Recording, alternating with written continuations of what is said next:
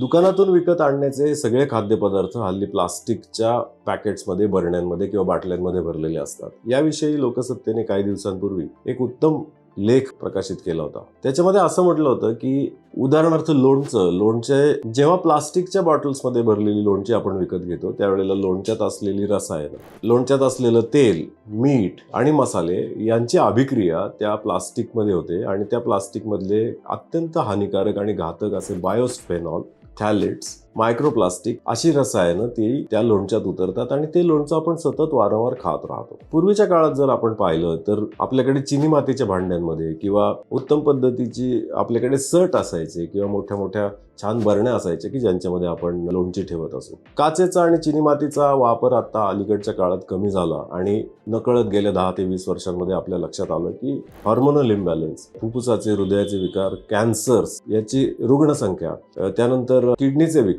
यांची रुग्णसंख्या अत्यंत मोठ्या प्रमाणावरती वाढायला लागली. म्हणून मला असं वाटतं की प्लास्टिकचा जर वापर कमी करायचा असेल तर तो आपल्या नेहमी विकत आणणाऱ्या पदार्थांमधूनच कमी केला पाहिजे. तो जर कमी करायचा असेल तर निदान ते पदार्थ आणल्यानंतर घरातल्या वेगळ्या चांगल्या कंटेनरमध्ये काढून ठेवले पाहिजे, पहिली गोष्ट. दुसरी गोष्ट, जे गरम पदार्थ आहेत ते पदार्थ तर प्लास्टिकमध्ये आणताच कामा नये. तुम्ही पार्सल जरी आणायला हॉटेलमध्ये गेलात, रेस्टॉरंटमध्ये गेलात तरी तुम्ही स्वतःच्या घरातलं भांडं घेऊन जायला काय प्रॉब्लेम आहे. परंतु हल्लीच्या काळामध्ये चहा सुद्धा प्लास्टिकच्या पिशवीतून आणण्याची एक चुकीची पद्धत सगळीकडे दिसते.